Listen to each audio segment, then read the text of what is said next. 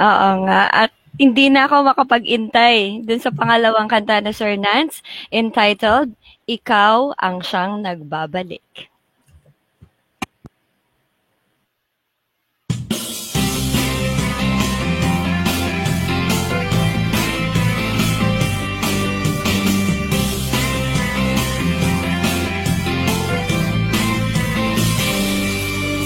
Sa aking pangungulila, alam kong kasama kita. Pinapalitan mo ng saya ang lungkot na nadarama. Sa aking pagtusa, alam kong kagabay ka. Pinabawi mo ang problema, bumabagabag sa tuwina. Pagkat ikaw ang dahilan ng aking kasiyahan, at ikaw ang tanging dahilan ng aking kalakasan. Ikaw ang siyang nagbabalik ng galak sa aking puso. Ikaw ang siyang nagbabalik ng lakas sa aking espiritu. Sa tuwing ako'y nangihina, sa tuwing ako'y lumuluha, ikaw naman ang nagbabalik ng sigla sa buhay ko.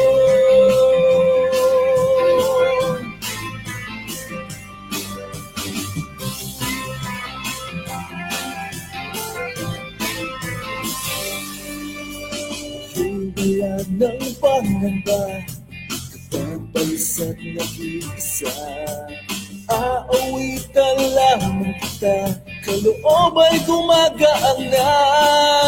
Pagkat ikaw ang dahilan ng aking kasiyahan, at ikaw ang tanging dahilan ng aking kalakasan. Ikaw ang siyang nagbabalik ng galak sa aking puso. Ikaw ang siyang nagbabalik ng lakas sa aking espiritu. Sa tuwing ako'y nangihina, sa tuwing ako'y lumuluha, ikaw naman ang nagbabalik ng sigla sa buhay ko. Himig ko'y awit ng buong puso, nang walang hanggang pasasalamat sa iyo. Dahil kailan man sinamahan mo ako sa lahat ng kailangan ko.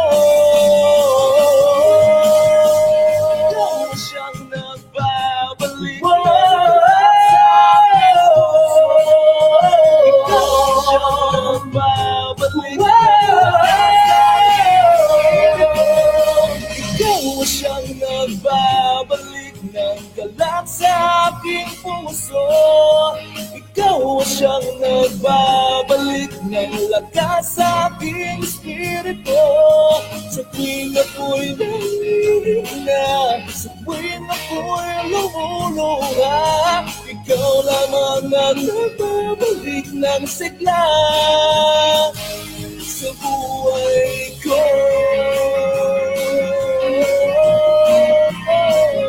Sa buhay ko.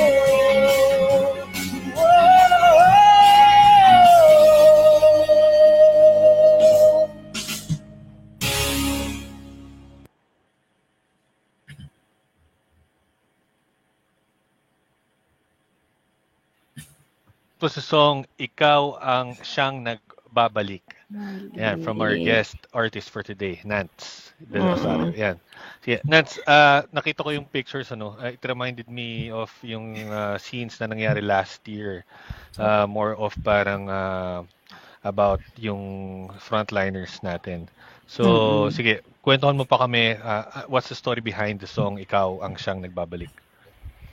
Actually po tong Ikaw ang Siyang Nagbabalik, I was able to perform this on a parang TV competition na isang friend ko po na composer ang ni-request ako na mag-interpret ng song and perform it live on TV. Para siyang, I'm not so sure, ang title po ng contest is A Song of Praise. So, doon po ako first kong kinantayan. And then, hindi man kami nanalo doon sa mismong competition. I really believe in the song. The composer of the song is Mr. Leslie Navarro. And sabi ko sa kanya, I think this song needs to be heard in the future. Sabi ko sa kanya. So 2015 pa po yun, I was still with my band. And then, after many years, siguro nagkita kami ulit and last 2017 ata po, 2018 or 2016, hindi ko na rin matandaan. Parang nagka-chat kami and sabi ko, i-record natin. Sabi niya, sige, pinagbigyan niya, ni-record namin. Sabi ko, I don't know. We don't know kung para saan pa siya at that time. Pero nung nangyari na nga po yung pandemic at nakita ko, sabi ko, these people who are doing everything and risking their lives, they need something to encourage them, to make them feel that God is looking down to them, appreciating all that they're doing, and tayong lahat na-appreciate natin sila. So, tinignan ko yung lyrics, sabi ko, bagay na bagay. Yeah, I told Leslie, can you help me? Let's make a video. So, pinost namin yan sa social media and maganda naman din po yung naging reaction. So, I'm also proud to say that my sister, who is in San Diego, California, together with her husband, both are nurses po sila. So, nandun yung pangamba ko sa kapatid ko dahil sumasabak siya. Although sa ngayon, mabuti naman na po at medyo konti na raw ang cases sa US. So, I really salute all these frontliners, mapa nurse, everybody, from street sweeper, everybody na nasa labas, especially at those times na talagang they are all at risk. Kasi wala tayong masasabi. Yung effort nila hindi mo mababayaran kasi parang buhay na nila yung sinusugal nila at those times. Yes, that is so true. Totoo naman yun, ano.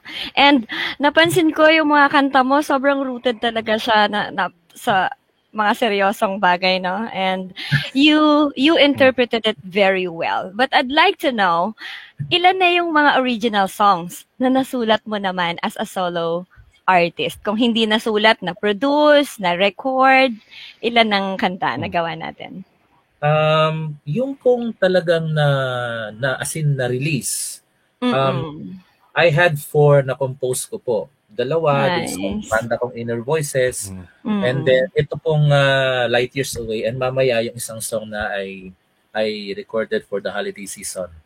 And then, ito pong Ikaw ang Siyang Nagbabalik and yung the last 2 songs that you will be playing later, compose po yun ng mga friends ko. Actually, nakakatuwa nga po dahil minsan hindi ko na nga iniisip mag-compose sa ngayon kasi nung nag-start po ako mag-release ng mga songs, many of my friends are pushing their songs for me to release it. They want me to be the voice of their song.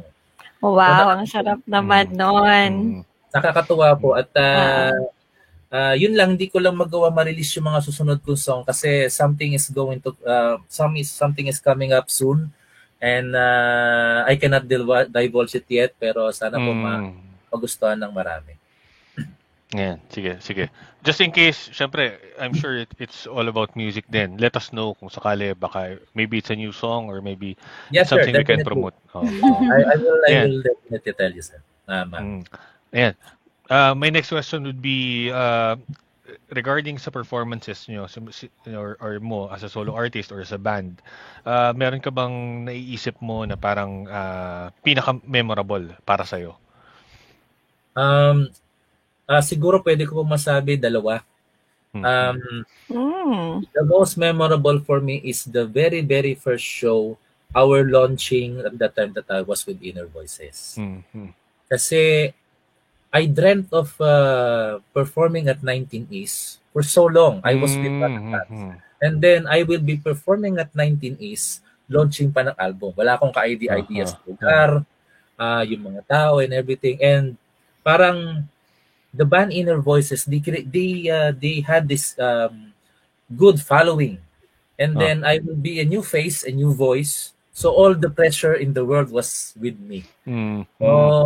Tas matagal din po akong hindi nakapag-perform noon kasi before Inner Voices, I was part of an acoustic band and an alternative band. So medyo iba yung genre sa kanila although sanay din ako. Kaya talagang very pressuring and very relieving nung natapos ko siya. And hanggang sa nagtuloy-tuloy na. At siguro po yung second na memorable ko, yung the point na I was in 2 years hiatus after I left the band, and I never had any performance on stage. And then after 2 years na po yung 2018, my first performance as a solo na wala akong bandang nasa likod kundi isang kaibigang gitarista lang. And I have to carry the show all by myself. So, ang ginawa pa nila doon sa show ni Sir Nonoy, I was the first one to perform. Ako yung mag-open show. I'm very thankful din po kay Ma'am Amar Carino Puyat at siya yung nag-video ng performance ko na yun na hindi ko ina-expect. So, makikita rin po siya sa social media. I'm also posting it. And it's a memorable time for me. It's just around 5 to 6 songs, but I really put all my heart on that performance. Yeah. I heard too that you play on the Kasarinlan ng Pilipinas Virtual Concert, no? Right? Sa You did? ano po yun? Sa isang radio pa ba? Sa isang Yeah. Opo. And I know that marami kang nakakasama sa entablado ng mga, 'di ba, mga kapwa artist. But if I may ask you, sino famous artist o banda ang gusto mo makasama sa stage? Ano po? Actually, before ko sagutin po 'yon, Sige. sabi ko rin po itong isang hindi ko makakalimutang performance.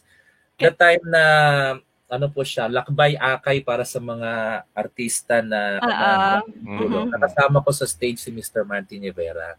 Wow. We were supposed to be a backup band lang.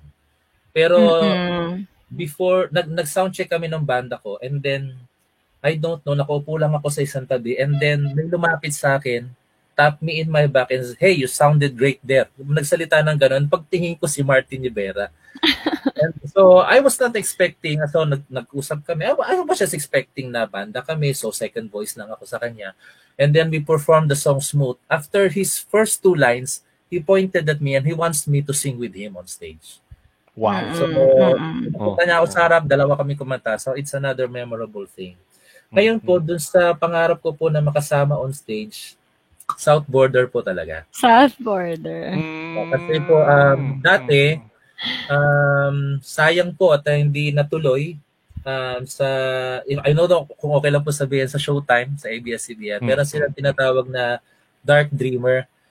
Yung tipong 1 week kang kakanta na may silhouette. And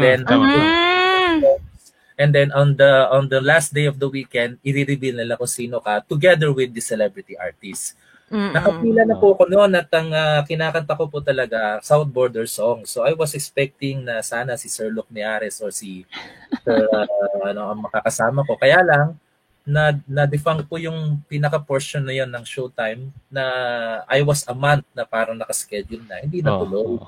So South Border po talaga kasi I really love their songs and nakakausap ko rin sa social media si Sir Luc Neares and nasi-share ko rin sa kanya yung mga songs ko. He's a very good guy, he's a very humble guy. So I look up to them and I look up to him. Oh, that's great. Sige. Tuloy natin ang kwentuhan natin later, Sir Nance and Alice. We have to pause for a short break. Stay tuned here on Napalm, your new all Pinoy alternative music source.